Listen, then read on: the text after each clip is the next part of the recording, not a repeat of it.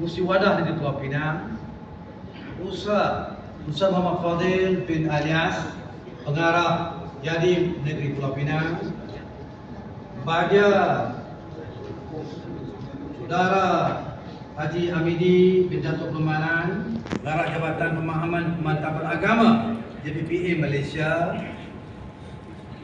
Bahagia Dr. Haji Johari Arifin, Timbalan Kursi Wadah Negeri Pulau Pinang, seluruh dirjen jemputan, maksudnya Datuk Maktab kita, Dr. Rizal, dan sejumlah yang lain bersama semua tetamu, semua peserta yang bersama dalam seminar pemikiran Datuk Nur Siddiq Fadil untuk kesekian kali.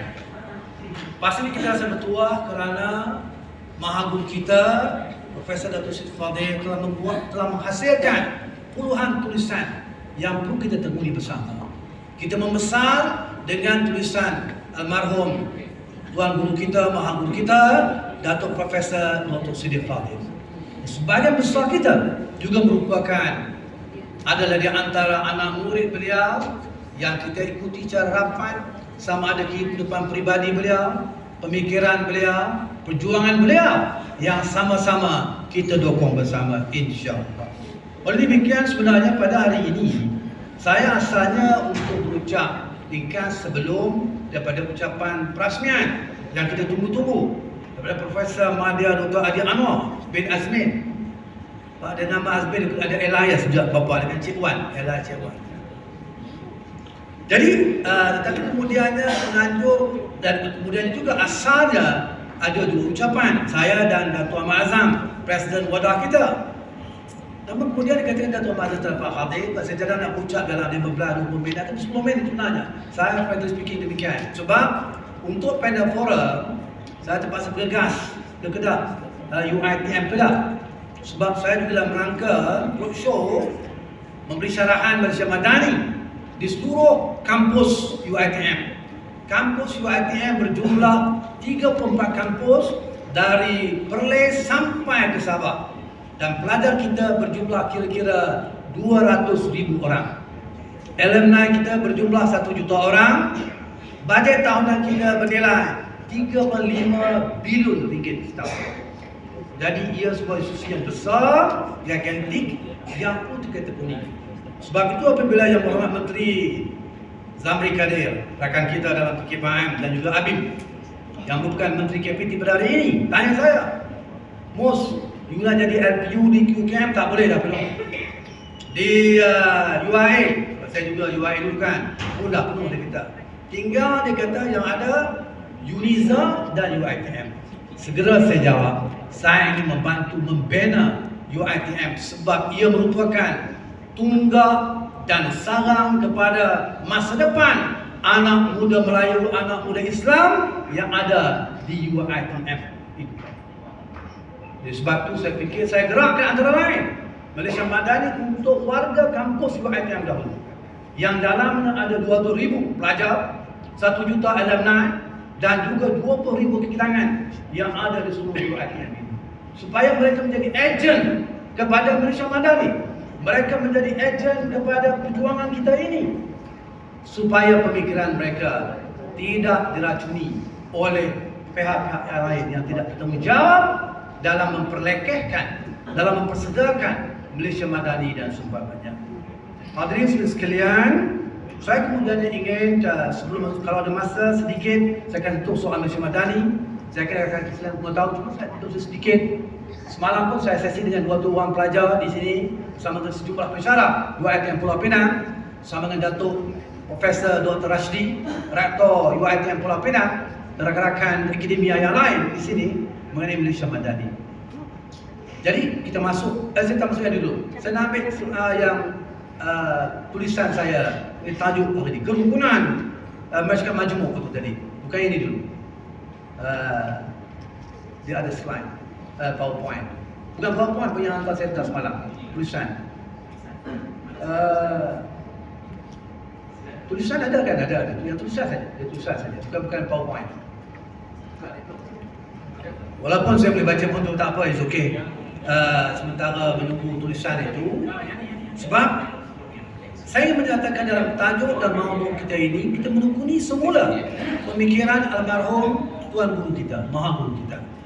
Yang tajuk tulisan beliau adalah Islam dan Masyarakat Majmuk, Cabaran Aktualisasi Rahmat Sejagat, Rahmatan lil Alamin. Itu adalah tulisan beliau yang saya fikir tertuang segala pemikiran yang ingin kita bincangkan pada hari ini, dengan tajuk yang ada pada kita adalah kerukunan hidup bersama dalam Malaysia Madani. Jadi ini yang kita ingin bahaskan peringkat awal dalam 10 minit, pemikiran beliau yang terpenting. Manakala dalam era Malaysia Madani pula amat relevan untuk kita bersama-sama telusurinya sebagai satu penghayatan yang lebih mendalam. Soal sikit ya. Malaysia Madani dengan 6 rukunnya telah pun dilancarkan oleh Yang Berhormat Suharto Ibrahim, Perdana Menteri Malaysia pada 19 Januari 2023 dengan visi-misi dan sejumlah strategi pentingnya. Penghayatan Malaysia Madani dengan rukun kemampanan, kesejahteraan, daya cipta, hormat, keyakinan dan ihsan sewajarnya di hati setiap rakyat Malaysia. Di kalangan pejuang-pejuang wadah, ABIM, PKPM, saya fikir kita amat hampir dengan semua nilai dan rukun yang ada ini. Tadi rakan saya Ustaz Muhammad Aziz kata style saya macam betul lah, saya nak murid dia juga kan. Waktu UKM tak berani panggil siapa-siapa ahli politik waktu itu, sebab pengaruh PAS juga kuat di UKM. Ustaz Aziz tahulah kan, kita ada ATMA, ada IPU, itu parti politik di UKM pada waktu itu. Saya ambil keberanian sebagai Presiden PM UKM pada waktu itu, kali pertama di kalangan pimpinan mahasiswa mengundang Datuk Seri Anwar Ibrahim yang waktu itu merupakan Menteri Pertanian Malaysia. Ribuan yang hampir pecah dewan-dewannya, dan daripada situ memang saya di UKM dipanggil sebagai Anwar Yun kerana memanggil Datuk Seri Anwar ke kampus UKM pada waktu itu. Terlihat. Waktu itu kampus lain tidak panggil Datuk Seri Anwar Ibrahim, termasuk kampus UKM yang dipimpin oleh, minta maaflah, Saifuddin Nasution, tidak panggil Anwar Ibrahim. Saya 3 kali waktu saya Presiden PM UKM memanggil Seri Anwar Ibrahim, merasmikan dialog khas dengan beliau, juga merasmikan seminar isu semasa membasmi kemiskinan di bawah anjuran PM UKM. Kita undang Seri Anwar Ibrahim, dan waktu balik saya hantar dia ke kereta di Chancellery pada waktu itu, Ustaz Abdul Aziz, dan kemudiannya dihantar oleh Naib Chancellor ke Naib Chancellor. Dia undang saya kemudiannya naik kereta dia. Dia pandu sendiri Rizal, daripada UKM sampai Bukit Tengku, rumah almarhum Pak Ibrahim juga di Uraikan. Jadi Naib Chancellor, siapa budak ni sampai naik atas kereta sebelah dulu Seri Anwar Ibrahim? Datuk Seri Anwar Ibrahim yang memandu. Beliau bawa kereta Proton Saga putih dan peliknya adalah Proton 152. Lambang perjuangan beliau untuk memperjuangkan, memartabatkan bahasa Melayu yang beliau lakukan sejak beliau Presiden PBMUM, Persatuan Bahasa Melayu Universiti Malaya. Itu sebahagian yang bersejarah. Jadi kadang-kadang betul lah Ustaz Abdul Aziz, Muhammad Abdul Aziz kan, saya tu agak terikut juga. Dengan Ustaz Sidi Fadil juga ada hal tertentu, saya mungkin ikut juga style dia sedikit kan, dan segitu. Semuanya guru-guru kita yang telah mengajar kita tuan-tuan Adi dalam hal tersebut. Kembali kepada minda Datuk Dr. Sidi Fadil kita. Pertama, kalau kita lihat dalam tulisan beliau itu ada 6 singgungan yang beliau buat. Pertama, Islam agama rahmah yang ramah.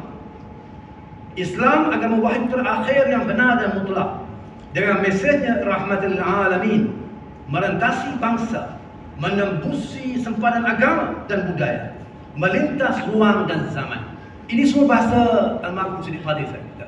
Cuma saya membuat ringkasan karangan saja untuk hal ini kan. Semuanya bahasa dia, saya cuma ringkaskan saja untuk kita hari ini reflect balik pemikiran almarhum Maha Guru kita atau Tok Guru kita.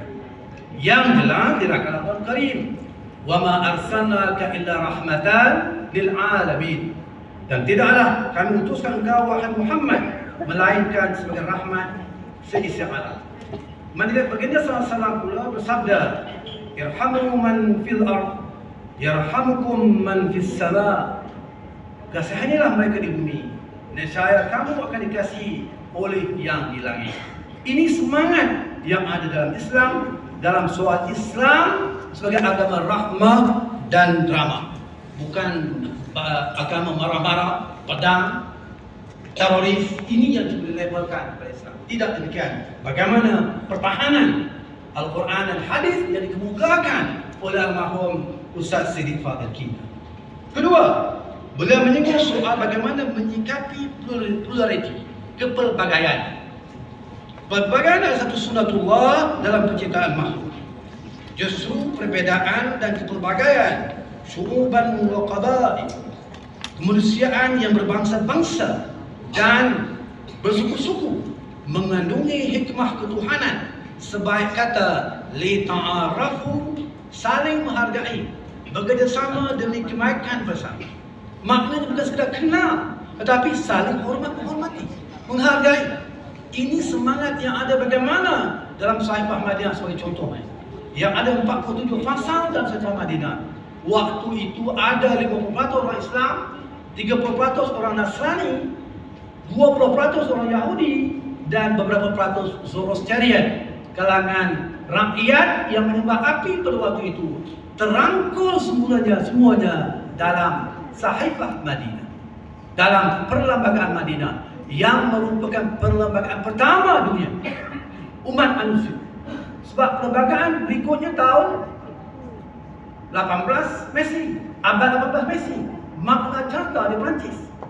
Tapi Sahiifah Madinah telah diperkenalkan abad ke-6 Mesir, 1100 tahun lebih awal daripada perlembagaan Magna Carta Perancis yang merupakan perlembagaan pertama bagi dunia Eropah. Maknanya 1100 tahun yang lalu telah pun, kalau kita lihat sebelum dapat Magna Carta, diperkenalkan Sahiifah Madinah yang sifatnya multiracial, multi-religion yang ada di Madinah pada waktu itu. Itu kehebatan Sahiifah Madinah. Latar belakangnya adalah masyarakat berbagai kaum, berbagai agama yang ada di Madinah pada waktu itu. Sebab itulah kalau kita lihat dalam konteks Al-Quran juga, Allah boleh menjadikan kita ini berbagai kaum dan ada juga agama yang berbeza. Tetapi kita faham bahawa memang manusia Allah jadikan heterogeneous, ada kepelbagaian. Dalam surah Hud, Allah memberikan peringatan kepada kita, walau syaa rabbuka laja'ala an-nas ummatan wahidah wala yazaluna mukhtalifin. Jika Tuhan menghendaki, tentu Dia menjadikan manusia ini umat yang satu, tetapi mereka sentiasa berselisih faham. Maknanya memang realiti kepelbagaian itu ada pada kejadian sunatullah yang Allah jadikan.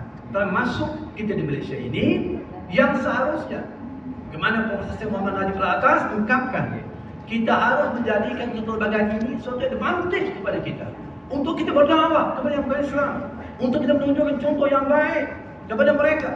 Maknanya ia bukan sumber perpecahan. Seharusnya ia memberikan kita ruang dan medan dakwah yang sebaik mungkin. Madu kita, sasaran kita untuk kita sampaikan dakwah kepada mereka.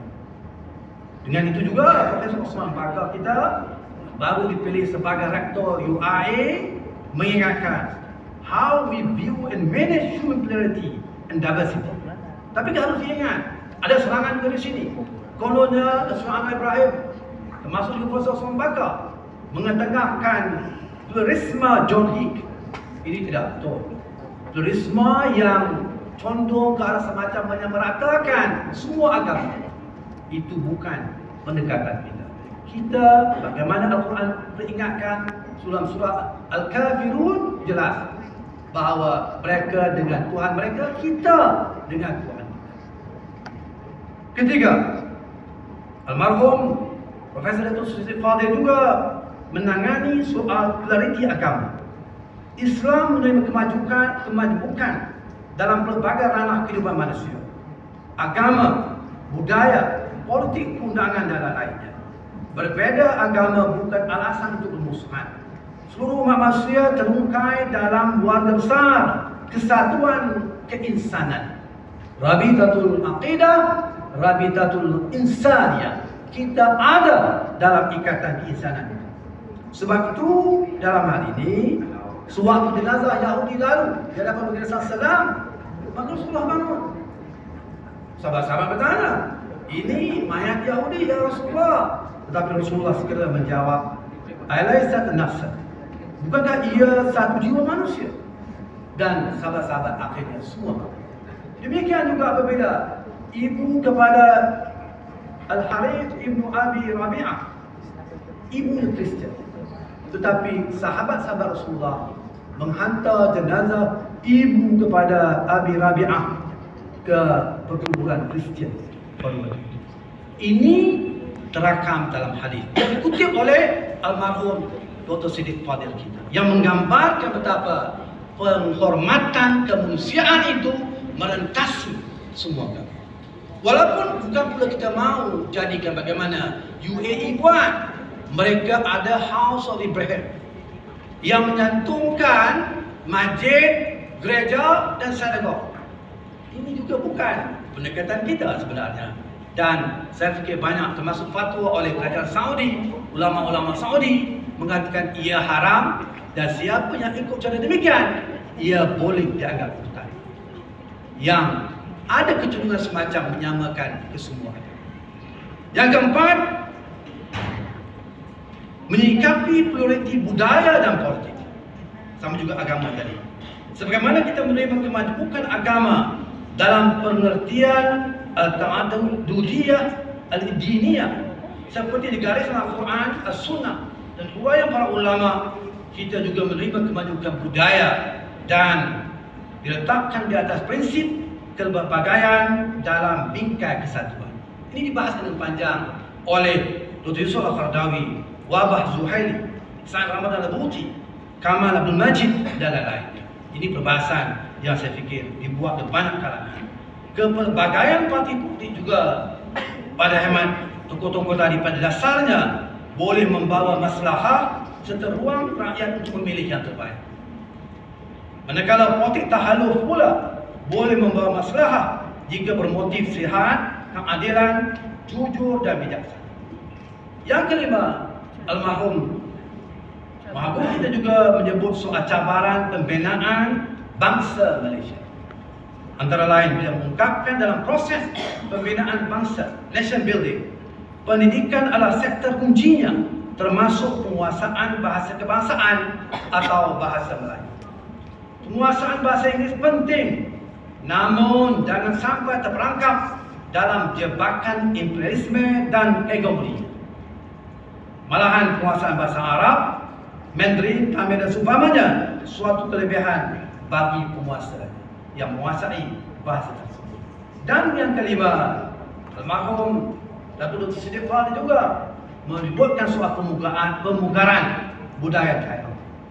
Di tengah zaman yang diwarnai oleh perbenturan, clash, kita kebarkan bendera sejahtera, salam, dialog dan debat yang berhikmah adalah pendekatan Qurani dan juga memahami adabul ikhtilaf dalam berbeza pandangan. Yang bukunya telah terbit oleh Jakim Yadim, Adabul Ikhtilaf, tulisan Pak Jabir Al-Wani yang perlu kita sebarluaskan, terutama di kalangan Muslim kita dalam Islam. Termasuk Al-Quran juga cukup jelas memperingatkan kita, ud'u ila sabili rabbika bil hikmah wal mau'izatil hasanah wajadilhum billati hiya ahsan. Itu ingatan Al-Quran Karim dalam engagement kita untuk berdebat, berdialog dengan baik. Apatah lagi dengan yang sama Muslim, termasuk dengan non-Muslim juga pastinya demikian. Bukan dengan budaya fitnah, sumpah serana, menggunakan media sosial dan seumpamanya untuk merenggangkan sesama kita. Ini pastinya bukan dari budaya dan pendekatan Islam, bukan juga dari budaya dan pendekatan orang Melayu. Hadirin sekalian, saya menyentuh sedikit kerana ada masa dari setengah jam lagi. Soal Sugalu Masyarakat Majmuk Madani dan Civil Society. Dalam abad ke-7 Masehi, Rasulullah SAW membina Masyarakat Madani, bagaimana saya ungkapkan tadi. Menurut Profesor Hamidullah, Masjid Majmu' Madinah 622 masjid, sekitar 50% adalah Muslim, 30% Nasrani, 20% Yahudi, dan sejumlah kecil Zoroastrian yang menyembah. Manakala dalam abad ke-9 hingga 15 Hijrah, 15 masjid rancang perbahasan oleh Al-Farabi membahaskan Madinatul Fadilah. Numas Kawin membahaskan Al-Mujtama' Al-Madani. Manakala Nukhadun membahaskan soal Umran Hadari. Ia sampai ke alam Melayu kita. Ia juga berlaku interaksi Muslim Andalusia yang maju dengan pelbagai yang maju berbagai bidang dengan dunia Barat. Sehingga dengan interaksi itu, dunia Barat yang sebelumnya dalam Dark Ages, zaman kegelapan, masa abad ke-14-15, Barat dalam kegelapan. Andalusia adalah merupakan bandaraya terbesar dunia pada waktu itu. Sebab itu orang Eropah belajar, anak-anak raja-raja Eropah dihantar ke Andalusia. Zaman itu mereka zaman gelap. Zaman wanita dianggap sebagai the origin of sin. Sebab itu adalah fahaman mereka. Gereja dan penguasa berpisah. Zaman mereka waktu itu 15 masih Eropah dalam kegelapan. Yang menyinari mereka adalah sinar ilmu dan sinar perjuangan yang ada pada umat Islam. Interaksi itu memungkinkan Eropah berpindah daripada zaman Dark Ages-nya kepada Enlightenment period dan kemudian kepada Renaissance dalam konteks Eropah. Bedanya apa dia? Bedanya bila sampai ke Eropah, mereka mengosongkan nilai agama dalam serba-serbi. Sama dalam soal masyarakat Madani dibina, sama dalam undang-undang, atau dalam perekonomian, atau dalam sains, mereka kosongkan nilai agama. Ini bedanya. Dalam konteks Islam, Al-Quran itulah yang memberikan kekuatan kepada umat. Quranic culture, Quranic mindset, itulah yang memberi kekuatan kepada mereka. Bagaimana contohnya? Al-Khawarizmi.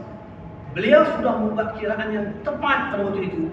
Kira-kira dalam abad ke-12 berdasarkan Al-Quran, jarak di antara bumi dan juga matahari, jarak di antara bumi dan juga bulan. Dan beliau juga memperkenalkan bahawa bumi ini bulan dan bukan datar. Sebab di pihak gereja Kristian mengatakan di Eropah, bumi ini datar, berlayar jauh akan hilang entah ke mana. Sebab itu mereka tidak berani untuk berlayar sebelum Islam mengajar mereka. Setelah Islam mengajar mereka, barulah mereka berani berlayar. Walaupun malangnya komunitas di Barat yang membaca buku tulisan Al-Farghani, Al-Khawarizmi, Al-Bitrusi, Ruji dan sebagainya, beliau dibunuh oleh pihak gereja saintis kerana dianggap bertentangan dengan pandangan gereja.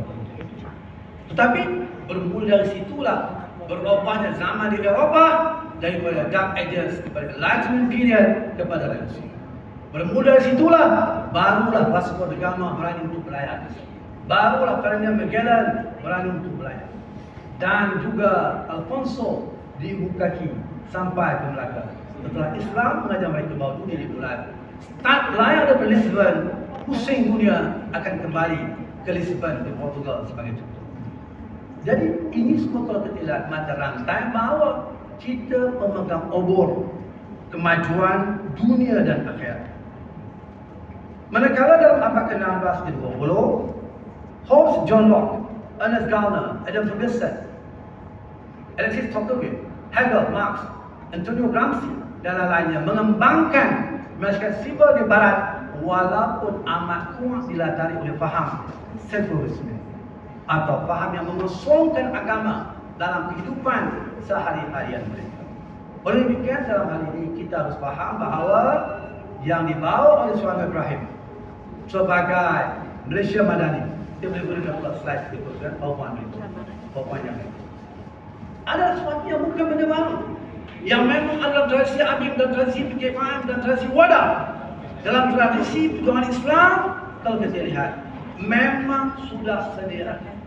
Ini yang dibawa. Dan Datuk Seri Fadil kita selalu mengungkapkan, orang Melayu sebelum Islamnya adalah bangsa yang penakut, takut dengan hantu. Selalu dia sebut demikian. Yang nak cari muka hantu, dia kuat macam badan. Tapi setelah Islamnya orang Melayu ini, apa yang telah diungkap oleh Profesor Kern sebagai berlaku revolution from within. Revolusi dalaman telah mengubah bentuk bangsa Melayu. Daripada takutkan hantu, tahyul, apabila sampai KTFK yang pertama ke Pelabuhan Melaka. Ribuan beratur daripada Pelabuhan Melaka sampai ke istana di Bukit Melaka. Lambang kecintaan mereka kepada anda. Ini yang selalu almarhum Sri Fadil ungkapkan bahawa bagaimana gambaran penghayatan itu, termasuk ibu-ibu yang mendolakan anak-anaknya. Timang tinggi-tinggi sampai cucur atap. Belum tumbuh gigi, dah pandai baca kitab, pandai orang Pulau Pinang kan. Itu yang ada.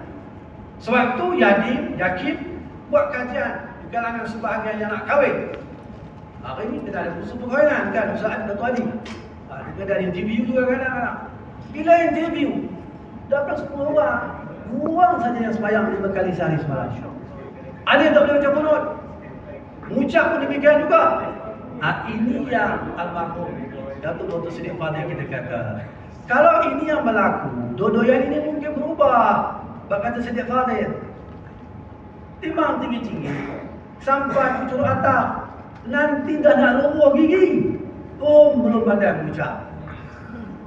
Itu dodoyan baru kalau kita biarkan generasi kita dibuat oleh kebendaan, dibuat oleh terlalu banyak TikTok, dibuat oleh terlalu banyak dengan media sosial. Sehingga satu hari dia akan spend for about 8 to 9 hours dengan TikTok dan juga dengan online. Tak salah, tapi dia berpada. Cukuplah setengah jam atau 1 jam. Semayang kita pun sehari semalam tak sampai sejam. Tambah yang semayang lagi Rizal. Tapi Rizal yang semayang busuk. Panjang lama bacaan Rizal kan. Bacaan dia panjang. Sebab dia pun panggil dia mak panjang. Allah kan. Maknanya demikian. Kalau dibiarkan generasi itu begitu tanpa kita wadah Habib PKPM membetulkan dan betul-betul terjun membangun masyarakat Malaysia Madani yang kita mahukan. Al-Quran mengingatkan kita semua. Waliyahsal ladzina law taraku min khalfihim dzurriyyatan dhi'afa. Janganlah kamu meninggalkan di belakang kamu dzurriyyat angkatan yang lemah, yang tidak punya kuat. Ini ingatan dan teguran Al-Quran Al-Karim kepada kita semua. Oleh demikian, dalam hal ini apabila Malaysia Madani ditengahkan oleh Tuan Ibrahim, ia tidak lain tidak bukan untuk mengamal kekuatan ini. Jati diri daya tahan yang selalu dia ungkapkan kepada kita semua, yang diluncurkan pada 19 Januari 2023. Seterusnya, saya akan ringkas sajalah sebab saya juga ada buat buku 50 naskah. UiTM punya, dengan besar slide saya ini saya masuk ke dalam buku itu yang boleh kita kongsi bersama. Ada 50 naskah, boleh kongsilah sedikit dengan kita kan. Tak cukup, tersiap pun boleh juga kan. Visinya, saya fikir tak perlu saya sebut, jelas. Misinya adalah untuk mengubah Malaysia menjadi negara yang lebih makmur dan maju berdasarkan 6 nilai kebadan. Seterusnya, objektif kita, ini penting ni, memberi kefahaman asas tentang konsep Malaysia Madani, Malaysia Madani dan 6 rukun Madani. Sebab kalau orang tak faham, orang tak kenal Malaysia Madani, bak kata pepatah ataupun bidaran, tak kenal maka tak cinta. Bila dia tak cinta tu macam-macam dia buat. Dia panggil mahal dahni lah, madanot lah. Dia pelekeh gitu je. Peranan kita lah sebenarnya, wadah Habib PKPM terutama, termasuk warga UiTM yang saya bahaskan semalam, perlu menjadi juru bicara yang tepat kepada Malaysia Madani, duta kepada Malaysia Madani yang perlu kita lakukan. Kalau dalam tahun 70-an kita boleh melakukan slogan Islam is way of life, kita berjaya mengubah persepsi rakyat pada waktu itu. Dulu orang ingat semayang, dulu orang Islam itu puasa, haji, itu je. Tapi kemudian di bawah gerakan oleh PKPM, oleh Habib pada ahli keluarga itu, kita menggerakkan bahawa Islam itu as a way of life. Dan alhamdulillah akhirnya juga orang faham bahawa pakaian tudung ini bukanlah pakaian Arab. Walaupun seketika pakaian tudung ini orang panggil ini satu bumbung khemah bergerak. Dan almarhum Ustaz Ghazali Nawawi kita, Presiden Habib yang pertama, Beliau membuat syarahan di UiTM. ITM baru tu Jalan Osman. Jadi dia tengok semua yang dengar tu. Kebetulan yang diceramah itu adalah Fakulti Art and Design di UiTM. Maka dia tengok semua tak boleh duduk. Maka kemudiannya dia pun beritahu pada dekat Art and Design UiTM, ITM baru. Kita Prof, buat dalam pertandingan satu bentuk, rupa bentuk pakaian tudung yang cantik, bukan setiap Arab. Arab dia tak nampak sophisticated. Jadi dia minta dekan art and design untuk membuat pertandingan pakaian tudung, mini telegong kita panggil kemudian. Dan dibuat. Dan apa yang terpilih adalah beberapa design tudung.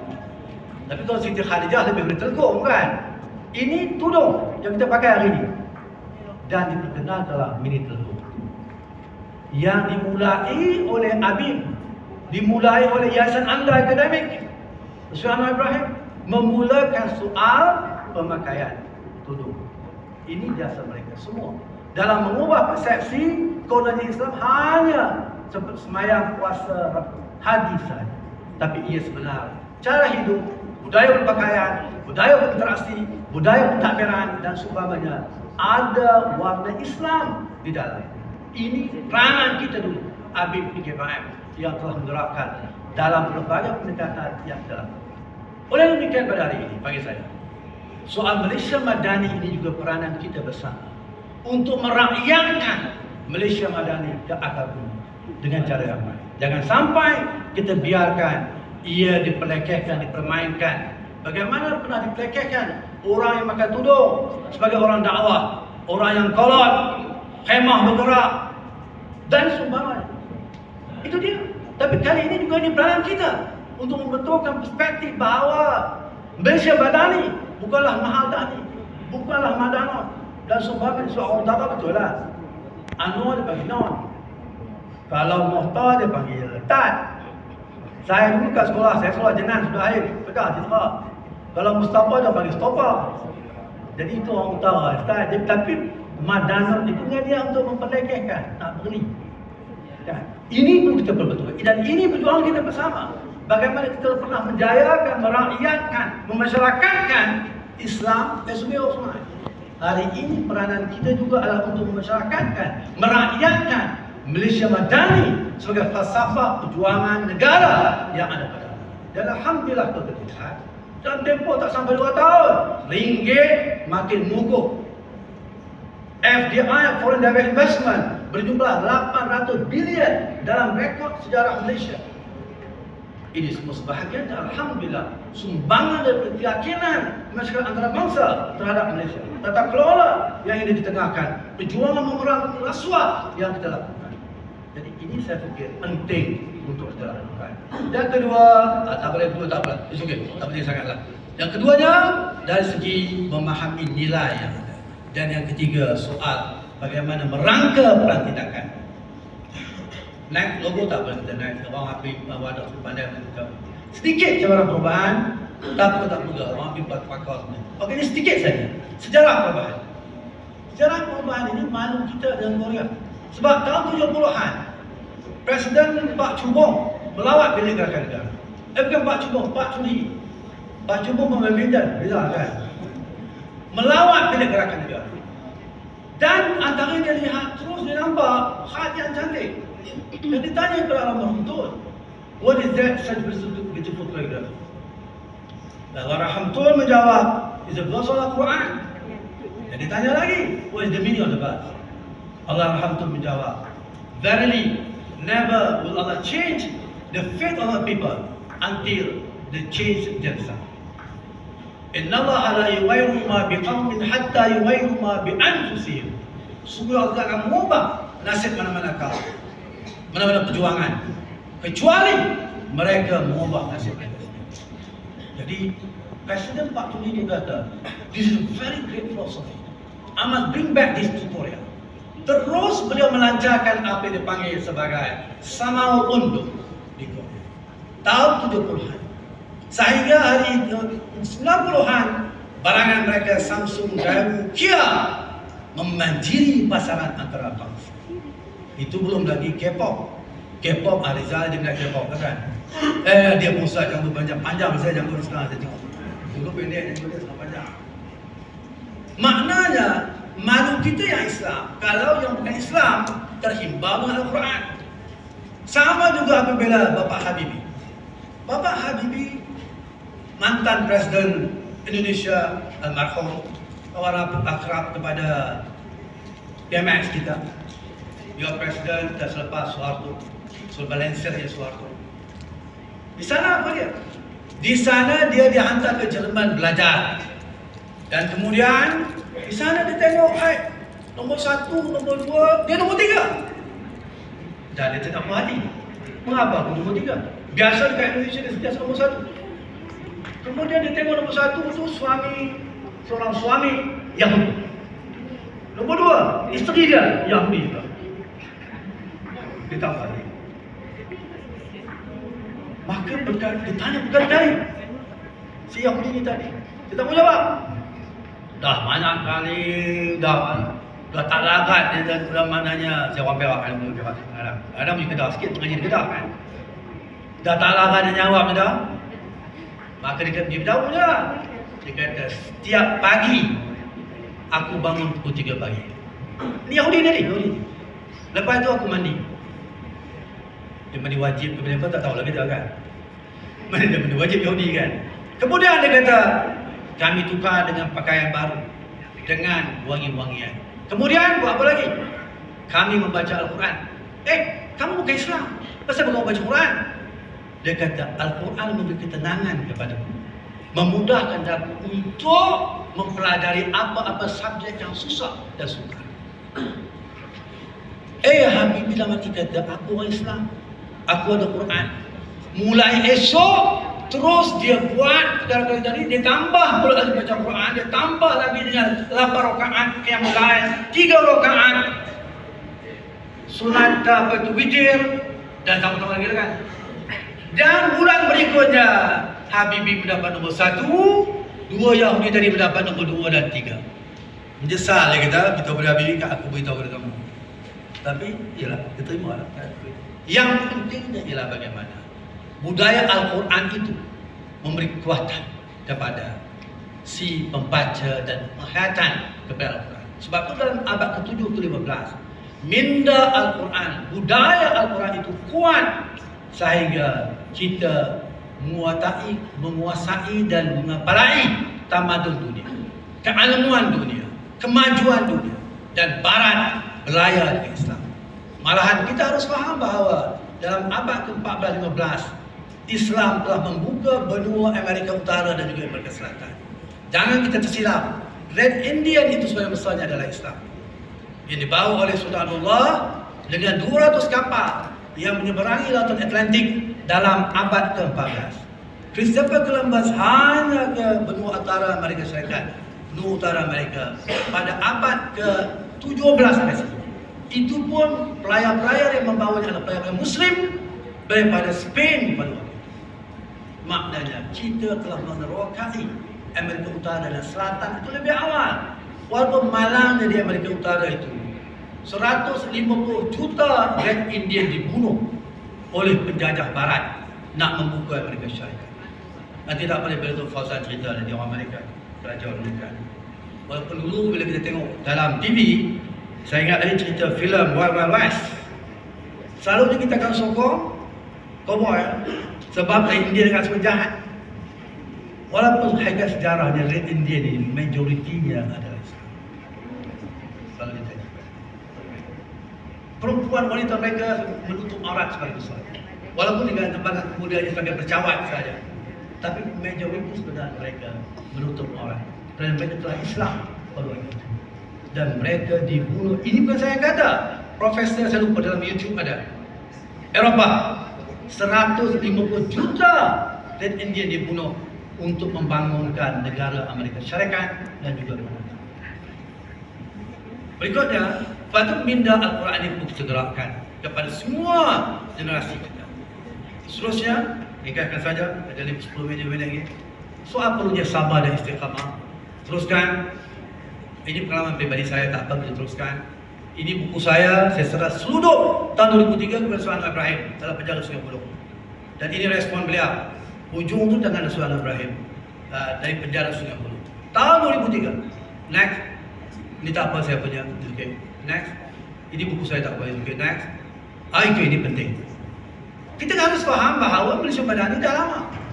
Baik di Indonesia maupun Malaysia. Kalau di Indonesia tahun 80-an lagi telah bahas soal Malaysia Madani. Tetapi soalnya yang pakar dalam hal ini mempopularkan istilah Malaysia Madani di Malaysia. Tahun 1995 beliau berucap di Festival Istiqlal Jakarta. 96 beliau mengadakan simposium Malaysia Madani di UKM, dihadiri oleh 5,000 orang di Dekta UKM. Dan kemudian 1997 beliau meluncurkan buku Asian Renaissance dan juga Gelombang Kebangkitan Asia. Walaupun malangnya 98 beliau dipecat dari penjawatan TBM. Walau bagaimanapun, alhamdulillah, the return of Anwar Ibrahim. Oktober 2022 beliau meluncurkan buku strip, dan November 2022 beliau meluncurkan buku Membangun Negara Madani, dan kemudian alhamdulillah 19 Januari 2023 beliau melancarkan Malaysia Madani atas sifat sebagai Perdana Menteri ke-10 Malaysia. Ini kita kena sedarkan rakyat bahawa Malaysia Madani bukan sekadar retorik politik. Ia bukan sekadar untuk rebranding PMS. Malaysia Madani membina semula maruah, integriti, tata kelola dan kegemilangan Malaysia. Ia juga bukan versi John Locke yang bersifat sekularisme. Next. Ini selalu telah saya ungkapkan tadi. Berikutnya, asal Al-Quran yang dibela Malaysia Madani dapat saya ungkapkan. Model Madinah telah kita bahaskan tadi. Ini definisi Sultan Anwar Malaysia Madani tahun 1996. Berikutnya, ini grafik sahaja. Next. Bentuk rincian kepada kemampanan. Next. Kesejahteraan. Next. Daya cipta. Next. Hormat. Keyakinan. Ihsan. Next. Teras, 4 teras. Next. Dapat dalam buku itu juga 8 keperluan. 13 saku utama juga dalam buku tak perlu saya perbahaskan. Ekonomi Madani, maknanya Malaysia Madani detail langkah dan gerak kerja dia. Tidak seperti masa 2020. Saya dulu di antara penceramah tetap masa 2020. Dia sekedar membahas 9 cabaran. Apa solution? Tak ada. Tak ada. Tetapi Malaysia Madani memahami cabaran falsafah di belakang, kemudian pelan tindakan yang boleh buat. Very comprehensive. 180 muka surat. Walaupun bahasanya agak sophisticated. Ini kerana sebagainya dibantu oleh Cuba Midi dan ide. Bahasa-bahasanya sophisticated. Terjemahan kepada membangun negara Madani. Tapi orang Abim, wadah, PKPM, ini memang begitu. Bahasa dia tinggi. Jadi harusnya kita faham. Dan kemudian kita terjemahkanlah dalam bahasa yang lebih mudah untuk di kampung, pedesaan dan sebagainya. Seterusnya, Bapak teruskanlah. Dan perlu kita lakukan berbagai dengan gerakan subuh, dengan budaya ilmu. Ini memang budaya kita lah kan. Pengangkatan NGO yang perlu kita lakukan, koperasi, monetary madani dan politik muafakat. Abim pada hemat saya dan juga wadah. Kita juga perlu bertindak bagaimana selalu almarhum untuk selalu mengungkapkan. Kita perlu menjadi unifying force kepada umat, bersatu kepada umat. Tidak mudah, kita tahu, tidak mudah. Tetapi kita boleh. Sebab kalau umat tidak bersatu, yang ambil kesempatan adalah bukan Islam. Kita suka tak suka mereka bukan Islam. Kita tidak mau musuh dengan mereka. Tetapi kalau kita berpecah habis-habisan, mereka akan ambil kesempatan. Dengan perpecahan tuntas yang ada di antara kita. Sebab itu pada hemat saya tetap wadah Abim PKPM. Kita perlu bertindak sebagai unifying force, faktor dan juga daya bersatu di kalangan. Dan kita ada kemampuan demikian. Sebab kita mampu bertindak sebagai murabbi, sebagai muallim, sebagai muaddib dalam masa yang sama. Kita boleh memainkan ketiga-tiga peranan tersebut. Berikutnya, kepimpinan berhikmah yang diturunkan Nabi sallallahu alaihi wasallam. Seterusnya, 10 sendi yang saya cuba bahaskan sebuah buku saya on wise leadership. Teruskan. Ini bukunya, tak apa teruskan. Ini buku saya dalam bahasa Inggeris, On Wise Leadership, gerakan sosial. Jadi bila Malaysia Madani ini, dia bukan sekedar slogan je, nyanyi lagu Malaysia Madani je, bukan. Tetapi perlu ada perubahan nilai dan norma dan cara kerja kita. Soal dari segi tingkah laku kita, budaya dan gaya hidup kita, dari segi dasar hukum dan sumpah. Jadi bermakna perlu ada cultural revolution dalam membina Malaysia Madani. Seterusnya, dan perlu latihan yang banyak. Ini Cikgu Amini pakar dalam bab ini. Bagaimana dunia hari ini berhadapan dengan volatility, uncertainty, complexity, ambiguity dan hyperconflict. Dengan latihan biaya oleh Yadim dan lain, termasuk UiTM, mungkin juga ISKAN dan sebagainya, VUCA itu boleh bertukar kepada vision. Volatility menjadi vision, uncertainty menjadi understanding, complexity menjadi clarity, ambiguity menjadi agility, high creativity menjadi high culture. Memerlukan latihan. Mau tidak mau dalam hal ini. Next. Plan strategi ini pihak negara tak apa, okey. Dan saya juga bekerja dengan beberapa pasukan untuk membina indeks penghayatan Malaysia Madani. Ada 17 elemen di dalamnya. Teruskan. Merakyatkan dari isu keluarga, masyarakat awam, disaster, juga sivil dan juga pendidikan formal.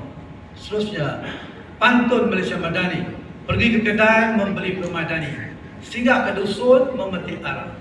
Misi bersama kita Malaysia Madani, santuni rakyat seantero negara. Yang penting semangat kita untuk terus belajar bagaimana dalam tradisi Islam, minal mahdi ila lahdi, from cradle to graveyard, dari buayan ke liang lahat. Orang Tionghoa kata wei taulau, shui taulau, atau orang India kata kalbi pira pemutal, jirapi barat. Semangatnya adalah lifelong education. Nanti Dr. Adi akan sambung dalam hal ini. Last slide, itu ada beberapa perincian dari segi gerak kerja kita boleh buat dalam rang rukun. Dan saya ingin wadah Habib PGMM memang cukup familiar dengan semua program yang ada, yang boleh terangkum di bawah kemampanan, kesejahteraan, daya cipta, hormat, keyakinan dan juga ihsan. Akhirnya, tutup. Terima kasih kepada semua. Allah merahmati kita. Ada masa 5 minit lagi sebelum, tapi